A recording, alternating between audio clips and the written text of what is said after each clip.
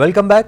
સમાચારમાં આગળ વાત કરીએ. અમદાવાદ શહેરમાં રામનવમીના પાવન અવસર પર વિશ્વ હિન્દુ પરિષદ અને બજરંગ દળ દ્વારા આયોજિત ભવ્ય શોભાયાત્રા સફળતાપૂર્વક પૂર્ણ થઈ હતી.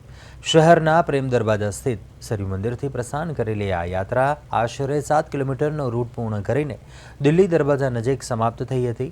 આ શોભાયાત્રામાં વિશેષ આકર્ષણ રૂપે 7 અખાડા, 15 ટ્રેક્ટર, 12 ઊંટ લારીઓ સાથે વિવિધ વેશભૂષા, સાંસ્કૃતિક ઝાંખી અને આકર્ષક ટેબ્લો રજૂ કરવામાં આવ્યા હતા.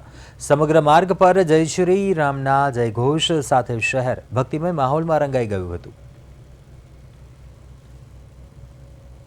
આજે રામનવમીના પાવન અવસર ઉપર જ્યારે દેશભરની અંદર રામ ઉત્સવ ઉજવવામાં આવે છે વિશ્વ હિન્દુ પરિષદ દ્વારા, એવી રીતે આજે પણ ચોથા મંગળમય વર્ષમાં અંદર દરિયાપુર અને દુધેશ્વર, શાહપુર, પીઘાટા જેવા વિસ્તારની અંદર વિશ્વ હિન્દુ પરિષદની રામનવમીની શોભાયાત્રા નીકળવામાં આવી છે, જેની અંદર 9 જેટલા ટેબ્લો છે.